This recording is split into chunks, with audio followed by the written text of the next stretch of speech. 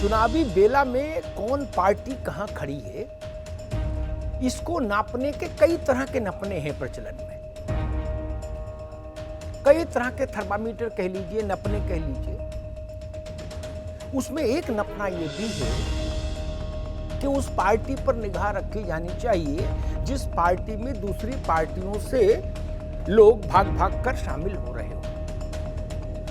अगर इस पैमाने को हम सामने रखें तो उत्तर प्रदेश में इस वक्त समाजवादी पार्टी इस पैमाने पर बाकी से आगे दिखती है। समाजवादी पार्टी ने खासतौर पर बहुजन समाज पार्टी से, कांग्रेस से और कुछ बीजेपी से भी लीडर्स को लगातार अपनी पार्टी में शामिल कराने का जो सिलसिला जारी रखा है, वो सिलसिला कम से कम ये तो बताता ही है कि दूसरे दलों के नेताओं के दिमाग में, मन में समाजवादी पार्टी की संभावनाएं हैं। कल पश्चिमी उत्तर प्रदेश से एक बड़ा राजनीतिक परिवार कांग्रेस का, मलिक परिवार, हरेंद्र मलिक और पंकज मलिक सपा में शामिल हुए और आज बहुजन समाज पार्टी के 6 निलंबित विधायक, निलंबित वो पहले हो गए थे लेकिन कुछ टेक्निकलिटीज थी जिनके कारण वो पार्टी नहीं छोड़ रहे थे, आज उन्होंने हाथी को स्थायी रूप से बाय बाय कह के, राम राम कह के साइकिल की सवारी शुरू कर दी।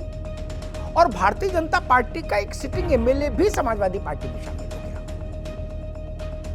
भाजपा के कुछ और भी एमएलएज हैं जिनके बारे में राजनीतिक गलियारों में चर्चा है कि वो समाजवादी पार्टी और खासतौर पर अखिलेश यादव के संपर्क में है।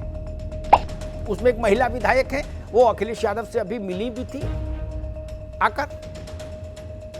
तो ये जो पूरा परिदृश्य है, रामचल राजभर, लालजी वर्मा, इस तरह से तमाम बड़े नाम आप देखिए, बसपा के हो, कांग्रेस के हो, वो लोग लगातार समाजवादी पार्टी में जा रहे हैं।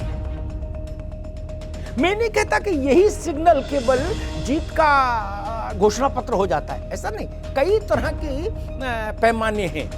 उसमें एक पैमाना ये भी है, एक पैमाना ये भी है कि किसकी रैली में कितनी भीड़, ये पैमाना है। लेकिन इसका काउंटर भी है, कई बार भीड़ आती है और वो वोट में तब्दील नहीं होती।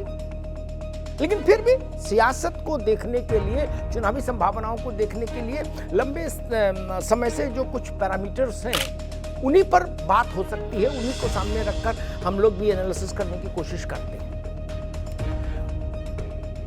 समाजवादी पार्टी आने वाले वक्त में मुझे लगता है जब टिकटों का बंटवारा हो रहा होगा, राजनीतिक दल टिकट अनाउंस कर देंगे और उस वक्त मुझे लग रहा है सपा को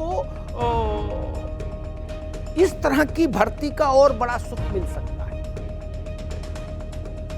क्योंकि जो सियासी गलियारों में चर्चा है, अटकलें हैं, अभी तो अटकलें ही कहिए, लेकिन वो भी गंभीर स्तर पर हैं चीजें कि भारतीय जनता पार्टी इस बार अपने लगभग 100 विधायकों के टिकट काट सकती है।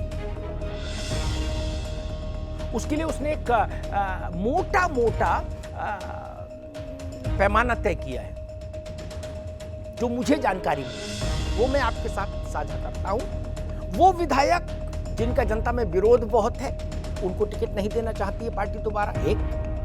दूसरा, वो विधायक जिन्होंने पार्टी को अपने बोल वचन से गाहे बगाहे मुश्किल में डालने का काम किया।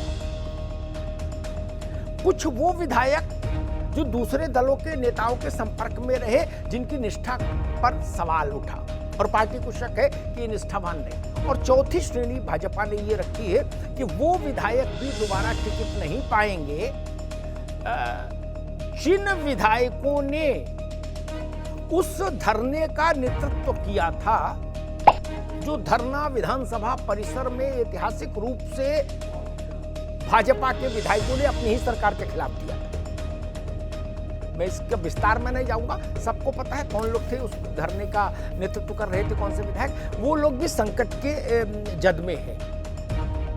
तो स्वाभाविक है भारतीय जनता पार्टी के रणनीतिकार ऐसा इसलिए करेंगे, उनको लगता है कि ये फॉर्मूला जीत की ज्यादा बड़ी गारंटी देता है।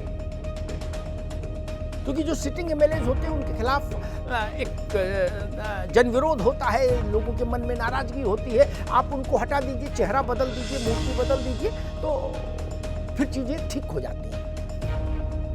और कई जगह ऐसा हुआ भी, गुजरात में प्रयोग करके भाजपा ने जब देखा था, वहीं से उसने फिर उस सिलसिले को आगे बढ़ाया।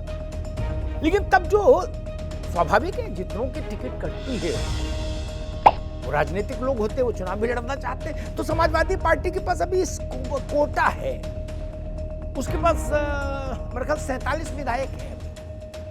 आज वाले भी जोड़ लीजिए 7 और 6 बसपा के, 1 भाजपा के, तो 54।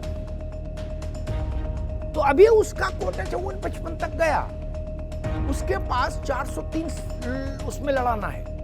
तो कुल मिला के वो जो स्थिति अगर बनेगी कि भारतीय जनता पार्टी से जिनको टिकट नहीं मिले, उनमें से भी कुछ मजबूत लोगों को समाजवादी पार्टी अपनी ओर लेने की कोशिश करेगी, एक। और दूसरी चीज जो मैं कहूँगा कि इस बार अखिलेश यादव ने बहुत प्रयत्न करके और बहुत एफर्ट करके इस बात को सुनिश्चित किया है कि तमाम छोटे छोटे दल, जो या तो इलाकाई दल हैं या जातीय दल हैं, उनके साथ एक अलायंस बने, गठबंधन बने, ताकि किसी तरीके से कहीं चूक नहीं रहे।